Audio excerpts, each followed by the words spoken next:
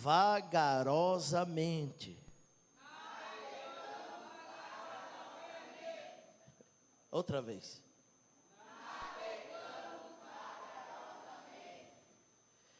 Verso 8.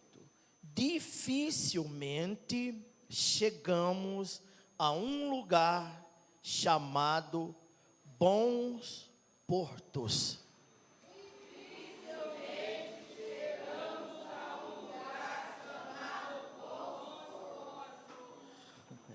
Verso 13. Soprando o vento sul brandamente.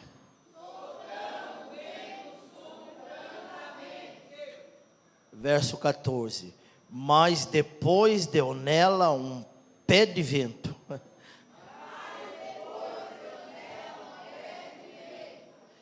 Verso 15. E não podendo navegar contra o vento.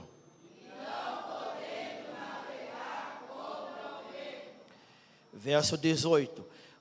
Andando nós agitados por uma veemente tempestade.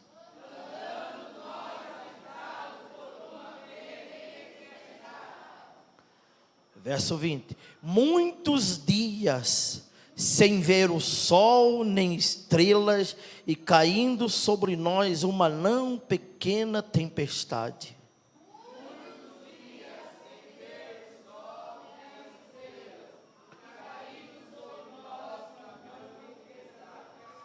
Ainda no verso 20, fugiu-nos toda a esperança. Verso de número 22. Mas agora vos admoesto que tenhais bom ânimo.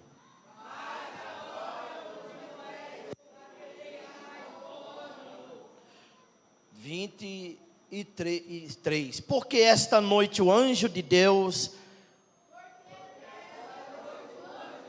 esteve comigo e disse: não temas. Diga outra vez, e disse: não temas. Agora mais embaixo um pouquinho, verso de número 28. Lançando o prumo, acharam 20 braças, passando um pouco mais adiante, tornando a lançar o prumo, acharam 15 braças. Vou repetir. E temendo ir dar em algum rochedo, vocês vão repetir esta frase: lançaram da popa 4 âncoras, desejando que viesse o dia.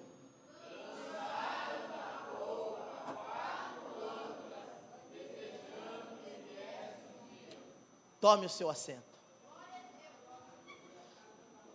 O pastor Júnior disse assim: vai orar ou já orou? Eu disse: vim orando. E cheguei aqui porque Deus me trouxe, porque no meio do caminho todos praticamente desistiram de prosseguir viagem. Logo que saímos, eu percebi que o trânsito parou, estava tudo normal, e parou, e foi parando, e foi parando. E aí eu falei: o que aconteceu? Deve ser algum acidente. Mas de repente nós entramos, sabe aonde? No meio de uma tempestade. Eu olhava dos lados da rodovia, estava um tapete branco de gelo e pedras grandes, do tamanho de uma cabeça de alho. 2 tapetes de gelo, e o pessoal foi parando. Eu falei: vou embora. Se Deus quiser que eu chegue lá, eu chego. E aí, de repente, acalmou a árvore quebrada. Mas quando nós entramos assim um pouquinho num espaço bom, andamos uns 15 quilômetros, aí foi pior o negócio, porque aí não enxergava nem a rodovia. E aí todo mundo parou. Eu disse: Jesus, eu paro ou vou? Mas eu acreditei e vim. Mais de 1h30 no meio da tempestade, e cheguei, para a glória do nome de Jesus. E lendo a Bíblia, estudando a Bíblia, eu disse: Espírito Santo, o que é que eu vou pregar? Aí ele me falou: é essa mesmo, sobre a tempestade. Eu falei: então tá bom. Olha para a pessoa que está do seu lado e diga: então vamos entrar no barco. Irmãos, é muito interessante isso. Quando a Bíblia fala de barco e de tempestade, sempre Jesus aparece no meio dessa tempestade. E eu vim aqui hoje, em poucas palavras, como um profeta de Deus, para dizer que tem muita gente que terminou o ano de 2018 e não pôde testemunhar sua vitória, porque você carregou uma dúvida se entrava ou não no barco. Você terminou o ano sem entrar no barco. E quando a gente não entra no barco, quem é que entra no barco?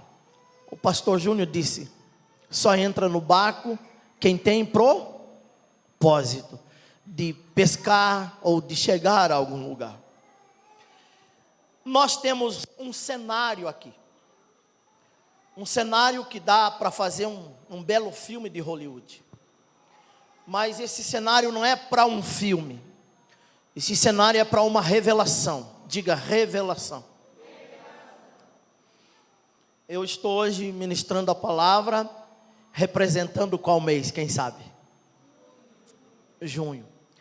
Junho marca qual estação do ano? Qual?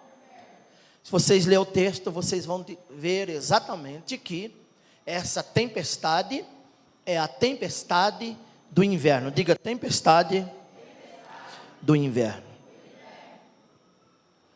Esse homem estava sendo transportado em um barco ou em um navio, não porque havia no coração dele um desejo de fazer essa viagem, mas havia no coração de Deus um propósito para que ele fizesse esta viagem. Ele estava num barco que Deus queria que ele estivesse nesse barco. Porém, quando ele entrou no barco e iniciou a navegação, olha o que acontece. Estava tudo normal, estava tudo bem, estava tudo tranquilo. E começa aquela navegação e de repente, no outro dia, diz o texto, logo no dia seguinte, diz a palavra que eles navegando, começaram a ter algum cuidado, porque começou a soprar, diga, começou a soprar, ventos contrários.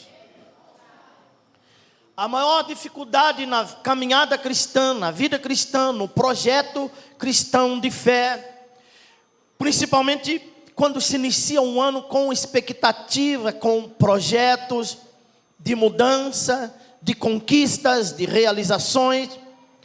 Porém, se encerra um ano marcado com páginas de decepções, de tristeza, de choros, de frustrações, até mesmo na igreja, até mesmo na fé.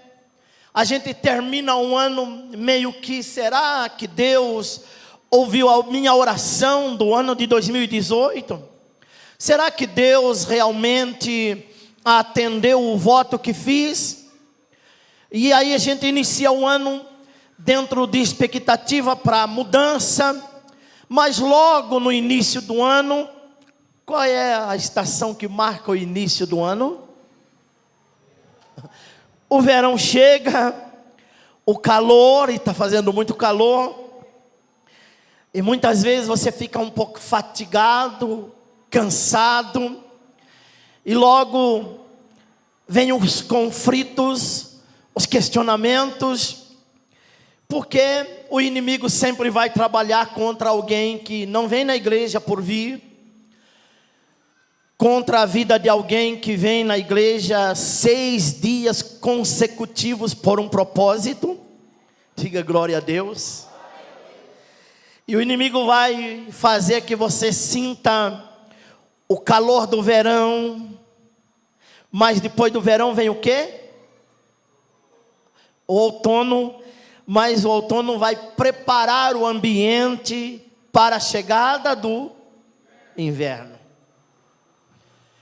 E quando você estuda a Bíblia nos atos criativos de Deus, quando Deus tem a ideia magnífica, inexplicável, incompreensível de criar a atmosfera, a estratosfera, as galáxias, os astros, o mundo habitável, os grandes oceanos, as flora, a fauna. E nesse projeto de construção, Deus incluiu a mim, incluiu você. Mas antes que Deus criasse qualquer coisa, sabe o que Deus fez? Diga comigo: Deus preparou o ambiente. Deus tinha uma ideia: eu preciso criar peixes. Então Deus preparou o mar. Deus tinha uma ideia: pássaros que voem, que assobiem, que cantem. Então eu preciso criar o ambiente para que exista essa fauna rica e magnífica. E Deus cria então o ambiente, as matas, enfim. Não pense que Deus esqueceu de você. Deus criou um ambiente propício para você viver, um ambiente para você crescer, um ambiente para você ser alguém na vida, um ambiente para você representar a Deus, um ambiente para você adorar, um ambiente para você glorificar, um ambiente para você andar com Deus, viver com Deus, abraçar Deus, desfrutar da presença de Deus. Mas o inimigo não quer que você esteja no ambiente. Se você estudar um pouquinho hoje, a própria ciência vai mostrar que toda a criação está afinada, com exceção do homem. O homem é o único que está desafinado, que não está em sinfonia com o ato que Deus criou para que ele vivesse ali. Mas por quê? Porque vêm os ventos contrários. E quando os ventos são contrários, sabe o que acontece? O nosso barco começa a ficar um pouquinho, diga comigo, desequilibrado. E vai exigir de nós um pouquinho mais de esforço, um pouquinho mais de empenho. Você tem que acreditar um pouco mais. Você tem que remar um pouco mais. Você tem que dar todo o gás, toda a força. Você precisa ter objetivo e propósito, dizendo: eu vou vencer os ventos contrários. Mas os ventos contrários, eu disse ao meu companheiro que vinha comigo na viagem, quando deu aquela calma assim, e até clareou e apareceu um pouquinho o sol, e eu olhei para cima e eu vi um temporal grande, com as nuvens um pouquinho avermelhadas. Eu disse: aquilo ali é um vento que vem. Mas veio uma tempestade de vento. Ele disse: não é que o senhor está certo mesmo? E muita pedra caindo em cima do carro, e aquele vento contrário, anunciando a chegada de uma grande tempestade. Não é só aqui que a Bíblia fala de ventos contrários, não, em outro texto também. Mas o vento contrário fez com que eles tomassem um pouquinho de cuidado, mais atenção, mais esforço. Mas este vento contrário transformou aquela navegação numa luta, numa tribulação, porque veio uma tempestade que começou a agitar, e a vida começou a ficar agitada, ou o navio ficou agitado. Diga: o navio ficou agitado. Presta atenção: o navio pode ser a sua vida, o navio pode ser o seu casamento, o navio pode ser sua vida financeira, seus negócios, seus ministérios, seus projetos, seus sonhos. E você talvez fez um cronograma, programou um propósito para 2019, vai dar certo, vai funcionar, eu vou conseguir. Esse é o seu navio, o seu projeto, o seu sonho, o seu propósito para 2019. Mas você tem que passar pelo verão, o que mais? Inverno, e depois entra, e na primavera tudo floresce. Diga glória a Deus. Olha para alguém que está do seu lado e diga: Deus vai florescer a sua vida, o seu jardim, a sua família, as suas finanças, o seu ministério. Mas diga a ela, mas é só depois do inverno. E diga aí, no inverno tem tempestade. E Deus vinha falando comigo. Eu ali tinha hora que eu colocava a cabeça quase no para-brisa, assim, pastor Samuel, para conseguir enxergar um pouquinho aquela faixinha da pista. E tinha hora que não enxergava nada. Eu falava, leva Jesus. E o Senhor vinha falando comigo, fica tranquilo, essa tempestade vai passar. E quando eu saí da tempestade, que coisa linda, o sol brilhou. Cheguei em Jundiaí ainda em dia. Glória a Deus. Estou falando com alguém que a tempestade de 2018 não terminou na sua vida.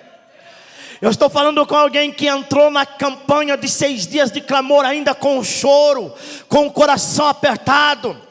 Eu estou falando com alguém que estão com as marcas das feridas do ano que se findou e entrou neste ano marcado com essas feridas. Eu estou falando com alguém nesta noite que está enfrentando a tempestade, o inverno, a chuva, os ventos contrários. Mas eu vim dizer para você o que Deus mandou falar: está chegando o fim desta tempestade. Mas vamos lá.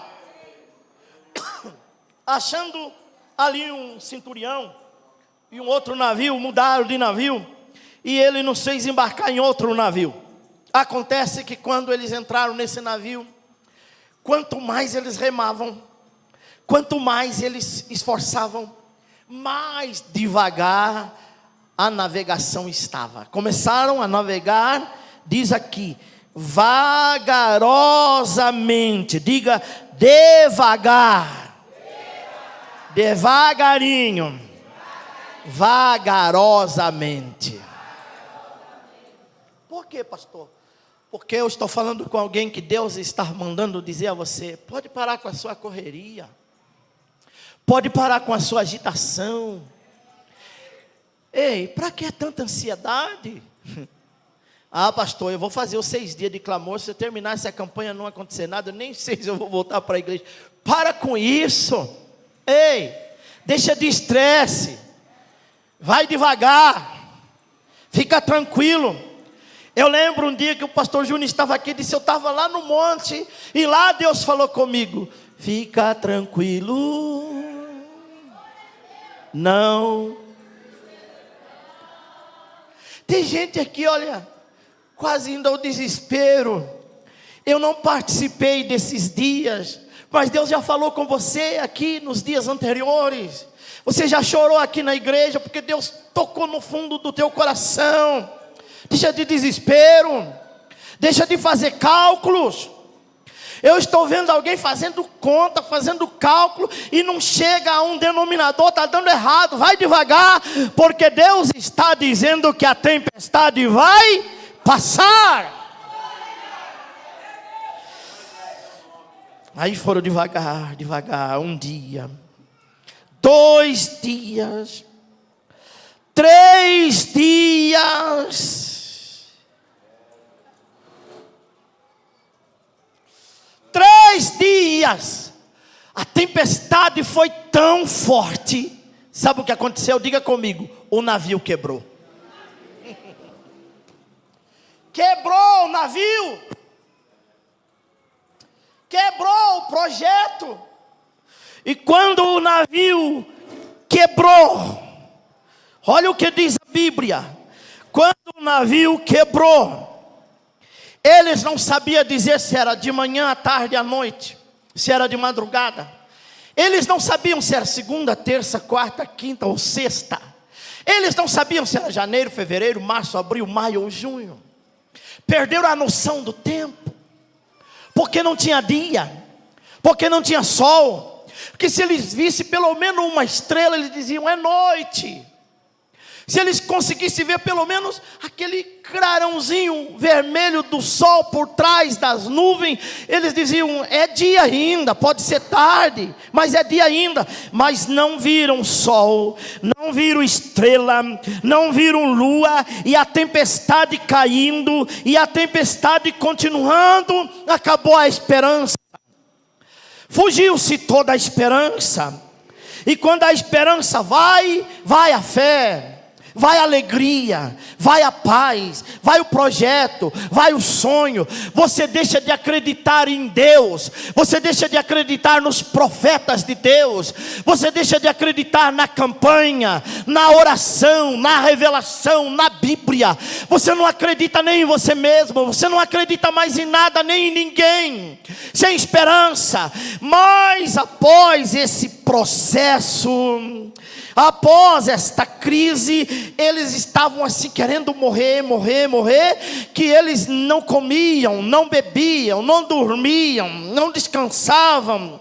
E em meio a esse turbilhão todo, sem saber o que fazer, o texto diz que chegou o anjo de Deus e visitou o profeta, visitou o apóstolo, e falou com ele: olha, eu vim trazer uma mensagem de esperança, uma mensagem de ânimo, uma mensagem que vai levantar o astral de quem está com baixo astral.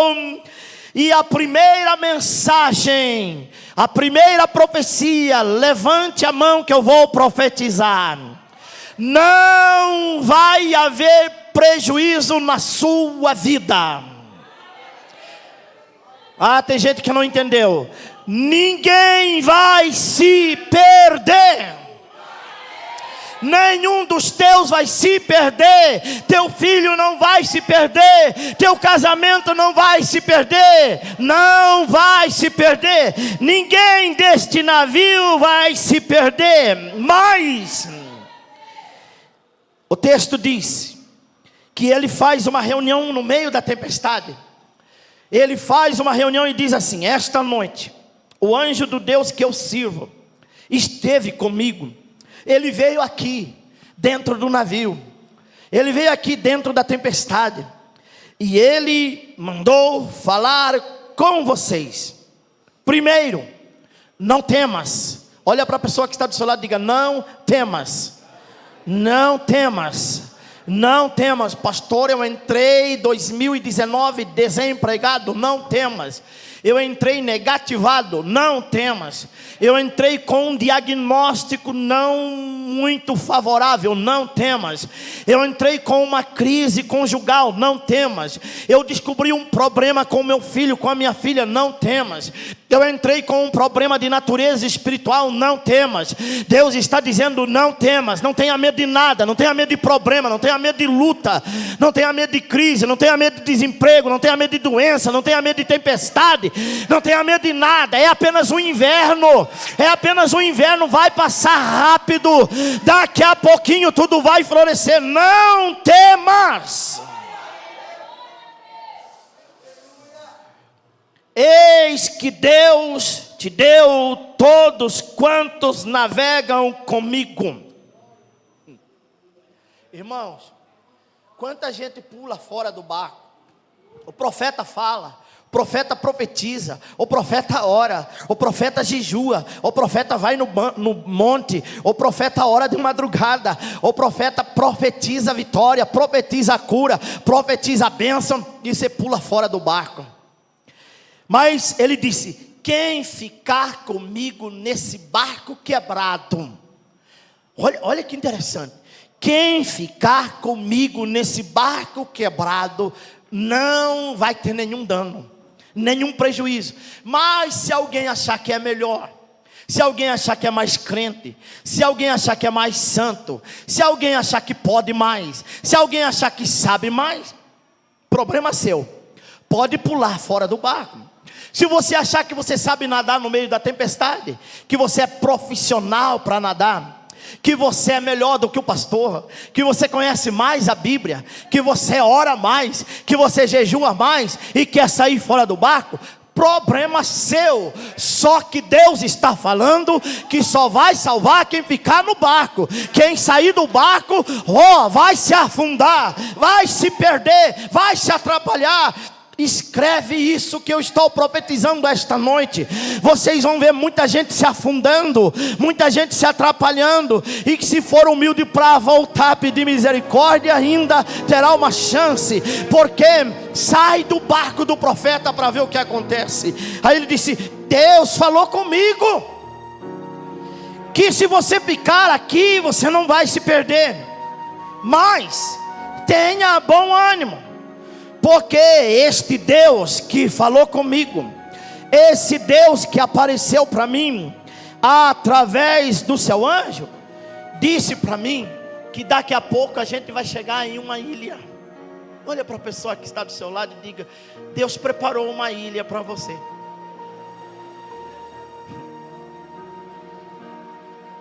Diga: mas nesta ilha, não, diga com fé, diga: mas nesta ilha você vai ver milagres que você nunca viu antes de sair da ilha. Nesta ilha você vai aprender como Deus cuida de você. Nesta ilha você vai aprender o quanto Deus te ama. Nesta ilha você vai aprender quanto valor você tem. Mas antes de chegar na ilha, diz o texto, olha o que o texto diz, que a Bíblia virou aqui a página. Quando chegou na 14ª noite, olha só, 14 noites de tempestade. Diga: misericórdia. Quando chegou na 14ª noite, sendo impelidos de uma outra banda no mar Adriático, lá pela meia-noite, diga: quarta noite, meia-noite. Olha só, além da noite é meia-noite, meia-noite. Se você estudar a Bíblia sobre a meia-noite, você vai descobrir que a meia-noite é um horário meio sinistro. A meia-noite é um horário tenebroso. A meia-noite é horário de transição. A meia-noite começa a contagem da terceira vigília da noite. Você vai descobrir na Bíblia que à meia-noite começa a tempestade. Mas à meia-noite, a própria palavra está dizendo meia-noite. Está dizendo que falta meia-noite para chegar o dia, para raiar um novo dia. Então, chegando à meia-noite, eles entenderam: nós vamos chegar numa ilha. Então vamos lançar o prumo. Já leu na Bíblia sobre o prumo? Um dia Deus usou o profeta e disse: coloca o prumo na igreja, coloca o prumo na vida do meu povo. Eles colocaram um prumo, o prumo desceu e marcou. Quando eles lançaram o prumo marcou 15 braças. Eles foram um pouquinho mais para frente e entenderam que lançar o prumo novamente ia dar uma outra profundidade, e deu um pouco menos. Temendo, aí eles ficaram meio preocupados. Será que a gente pode bater numa rocha, numa pedra e se arrebentar todo? Eles lançaram, diga, eles lançaram 4 âncoras. A primeira âncora, porque o ano é dividido em 4 estações. Primeira âncora, diga comigo, a âncora da palavra. Você pode fazer o que você quiser, virar cambalhota, falar em línguas, ver fogo chover do céu, jejuar 3 dias. Se você desprezar a palavra de Deus, você não chega a lugar nenhum. A palavra de Deus te dará a direção para o ano de 2019. 2019 é um ano profético. É um ano de cobertura profética abraâmica para quem acredita. A segunda âncora, diga, a segunda âncora é a fé. Diga fé. Diga fé. Mas afinal, o que é fé? A fé não vem pela oração. Jejum não aumenta a fé de ninguém. Lá no monte pode ir o mês todo, o ano todo, e passar a noite toda. Não altera nada a sua fé. E é por isso que tem muita gente que não consegue operar na fé. Irmãos, não pense vocês que 2019 será um ano muito fácil. E o inverno será um inverno difícil que nós lemos hoje aqui. Só vai conseguir superar aqueles que andar na fé. A fé, você pode não adquirir fazendo campanha, ou em 6 dias de clamor. Mas a fé vem por onde? Ouvir o quê? Tem gente que não suporta ouvir a palavra. Tem gente que não vem na escola dominical, porque escola dominical não é culto. Ele acha que tem que ter o culto para dar glória a Deus, falar língua. E na escola dominical, tem escola dominical que ninguém dá nem glória a Deus. Tem escola dominical que ninguém fala em língua nem na oração da abertura, nem do encerramento. Mas aquela palavra que está sendo ensinada, ela gera o quê? Fé. Ela gera o quê? Dá um grito aí. Fé. Ela gera o quê? Fé. E quando ela gera em nós fé, nós começamos a operar na fé. Nós começamos a andar na fé. Nós começamos a tomar decisões na fé. Nós começamos a projetar o ano na fé. A nossa visão começa a ser uma visão de fé. Vem tempestade, vem luta, vem problema, a sua visão está centrada na fé. Quando esta fé é gerada em você, você muda o jeito de andar, você muda o jeito de falar, você muda o jeito de pensar, você muda o jeito de ver, porque as suas ideias, os seus pensamentos são pensamentos de fé. E ele começa a eliminar o pensamento de dúvida, de fraqueza, de desânimo, de fracasso, de derrota, de impotência. Irmãos, quando chegar o inverno, nós precisamos estar preparados, não é assim? Você precisa ter um cobertor quente, um aquecedor. Você precisa ter roupa preparada para sair de casa, para enfrentar o inverno. E eu estou profetizando nesta noite. Deus está dizendo: prepara para enfrentar o inverno difícil, mas não temas, vai na fé. E quando você começa a operar na fé, você dá um passo de fé. Você dá outro passo de fé. Você não fala bobagem. Você não murmura na crise. Você fala uma linguagem de fé. A linguagem de fé, ela está fora de todo o vocabulário, de todas as línguas, de todos os idiomas do mundo. Você pode ser um poliglota, estudar todas as línguas, ter a ciência de toda a gramática, mas não altera nada a fé, porque a linguagem da fé é uma linguagem de lá, é de outro reino, é de outro mundo, é de lá. Não tem professor, não tem ninguém que ensina, porque ela é gerada em nós pela palavra. E o Espírito Santo, quando você começa a falar a linguagem da fé, alguém diz: não vai dar certo, você diz: já deu tudo certo, já deu tudo certo. Alguém diz: você não vai conseguir, você fala: eu já consegui. Alguém diz: você não pode, você diz: eu posso todas as coisas nele, porque ele me fortalece. Eu desafio qualquer um de vocês, por maior que seja a luta, o problema, a tempestade que você trouxe do ano passado, eu desafio qualquer um de vocês me apresentar aqui uma causa, um problema que seja difícil para Deus. O maior problema é que nós não operamos na fé, não falamos a linguagem da fé, não conseguimos ter uma visão de fé, pensamentos de fé, ideias de fé, projetos de fé. Então as 4 âncoras, quando eu era missionário na Bahia, pastor Júnior era bem pequenininho, e a gente ia fazer culto na ilha, lembra, pastor Júnior? E a gente pegava uma lanchinha, e nós gostávamos muito de ir em cima da lancha, né? Só para ver o balanço e o movimento das águas. E ali era o porto da Petrobras, de carregamento de petróleo dos grandes navios internacionais. Então a nossa lanchinha tinha que contornar aquele porto e passava do lado dos grandes navios. E aquele navio estava estacionado, parado, quietinho, sabe por quê? Porque tinha uma âncora.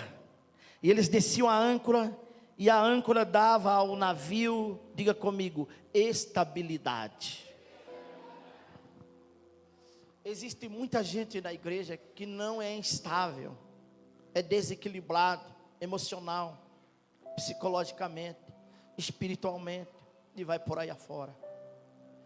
Age por impulso, fala o que não deve falar, faz o que não deve fazer, depois se arrepende, chora, pede perdão, promete mudar, mas não consegue, porque não baixou a âncora da palavra e nem a âncora da fé. A terceira âncora, diga, oração. Olha onde entrou a oração. Tem muita gente pensando que está orando e não está orando, está lamentando. Tem muita gente que pensa que está orando e está murmurando. Tem muita gente que pensa que está orando, na verdade é um desabafo. Está vomitando, está colocando para fora sua revolta, sua tristeza, sua dor, sua mágoa, suas amarguras, seus ressentimentos. Que se alguém parar perto dela é contagiado. O clima fica pesado. Mas existem pessoas que quando ela ora, toca os céus. Jesus uma vez ele fez uma oração: Pai, eu sei que o Senhor me ouve, eu nem precisava orar, mas eu estou fazendo essa oração por causa deles aqui, ó. Por causa deles. Se eles não estivessem aqui, eu nem precisava fazer isso. Mas sabe, Pai, eu quero lhe pedir uma coisa. Assim como eu sou um contigo, eu quero que todos estes sejam um comigo, e nós sejamos um. Uma só fé. É interessante isso, não é? Sabe por quê? Eu lendo a Bíblia aqui, eu tenho a palavra logos, é a escrita, é a palavra literária, isso é logos, todos vocês podem ler. Por isso eu digo que a Bíblia não é um livro de informação, de revelação. Mas a partir do momento que eu começo a ler a Bíblia, eu estou olhando para a Bíblia com a visão da fé. Cada palavra que eu olhar na Bíblia, cada nome, cada número, cada texto, cada história, quando eu começo a ler com a visão da fé, eu começo a extrair a revelação. Na teologia isso chama exegese. Diga exegese. Quando eu começo a ler a Bíblia sem a visão da fé, eu leio no outro campo, que chama exegese. Eu quero colocar aqui na Bíblia a minha ideia, o que eu penso, o que eu acho. Eu não dou espaço para o Espírito Santo trazer a revelação. E quando eu leio essa palavra que é logos, mas eu começo a olhar, eu já teve alguns casos que eu olhei para a Bíblia, e a Bíblia começou a letra começou a brilhar. Já teve alguns casos que eu li o texto para pregar, e quando eu ia lendo o texto, o Espírito Santo começava a trazer revelações de algumas pessoas na igreja. Eu via na Bíblia a vida da pessoa. E aí então esta palavra que é logos, ela se torna, diga comigo, palavra rema. Que é palavra rema? Cai um endemoniado aqui, aí vem um, sai em nome de Jesus, o demônio não sai. Aí vem outro, uma fila de gente, sai em nome de Jesus, não sai. Aí daqui a pouco chega um, sai em nome de Jesus, o demônio sai. Ele não fez igual a todo mundo? Ele não fez a mesma coisa? Ele não falou a mesma coisa? É que aquela fila de gente estava apenas na palavra logos. Mas aquele chegou com a palavra rema. O que é a palavra rema? A palavra rema é a voz dizente de Deus. Eu falo, a minha boca fala, mas esta palavra que saiu da minha boca, ela tem origem em Deus, ela procede de Deus, ela vem de Deus. E a Bíblia diz, a palavra rema, não há logos, a rema, Paulo disse, está junto de ti, está na tua boca, está no teu coração.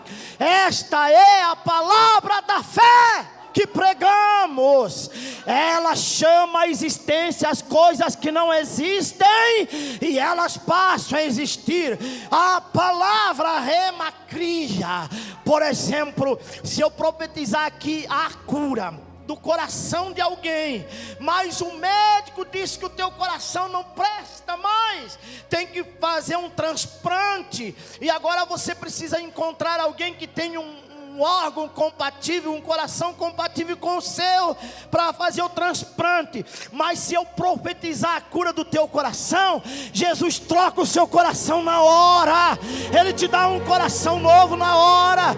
Quando eu disser em alguém cego, abra os olhos e veja, não tem problema. Se eu conheço o testemunho de um homem que os olhos secou nas órbitas, e o médico disse, qualquer hora você vai lavar o rosto, e a menina dos olhos, a bola do seu olho vai sair na toalha. Ele estava cego completamente. Hoje ele é um missionário que viaja o mundo pregando, porque Deus colocou o olho de volta. Então Deus está dizendo, isso não é coisa para pastor, não é coisa para pregador, não é coisa para missionário, não é coisa para teólogo, é coisa para quem anda na fé.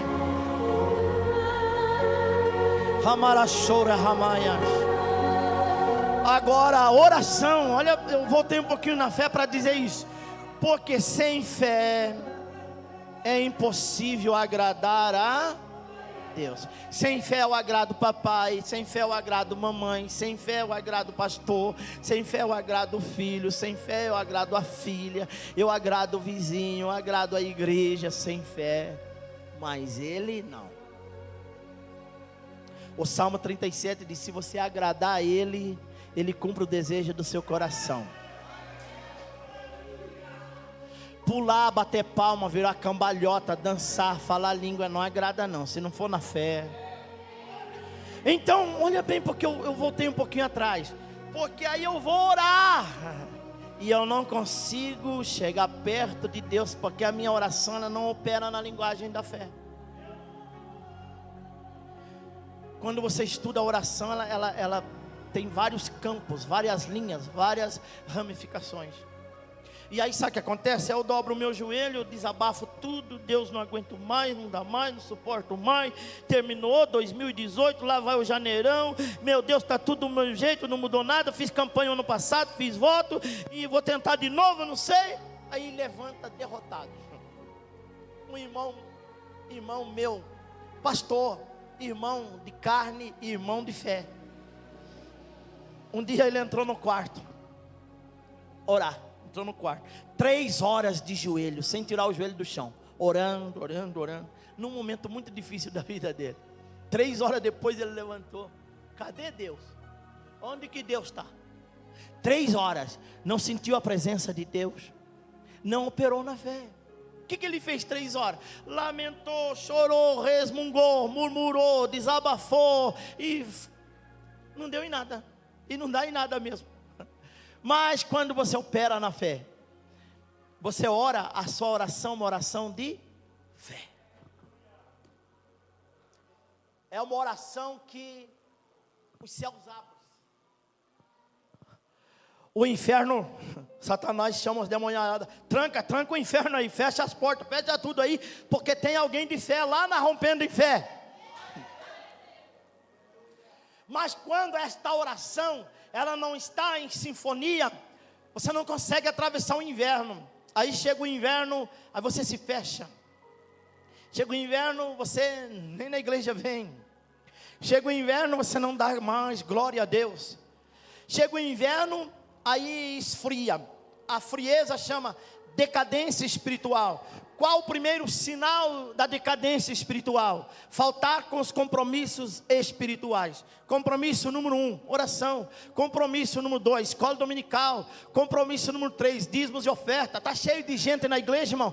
Vem para cá com conversa fiada. Você não tem fé nem para ser dizimista. Por que você crê que Jesus cura, salva, batiza com o Espírito Santo e não crê que ser dizimista fiel é abençoado? Então o que acontece? A pessoa perde a esperança.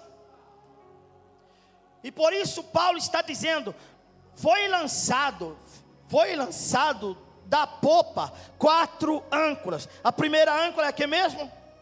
Palavra. A segunda, a fé. A terceira, a oração.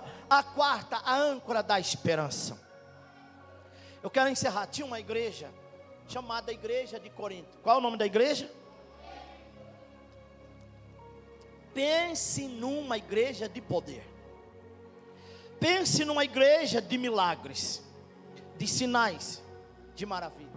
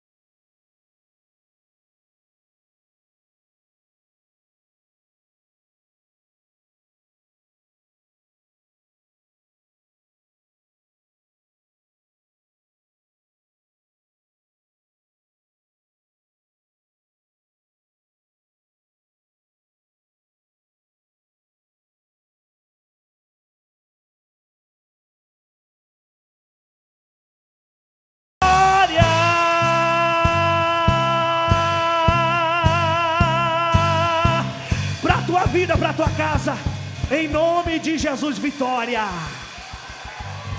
No meio do ano tu vai ter uma surpresa de Deus. Quem crê nisso, diga: eu creio. Eu tomo posse. Eu recebo. Aplaudindo a Jesus bem forte.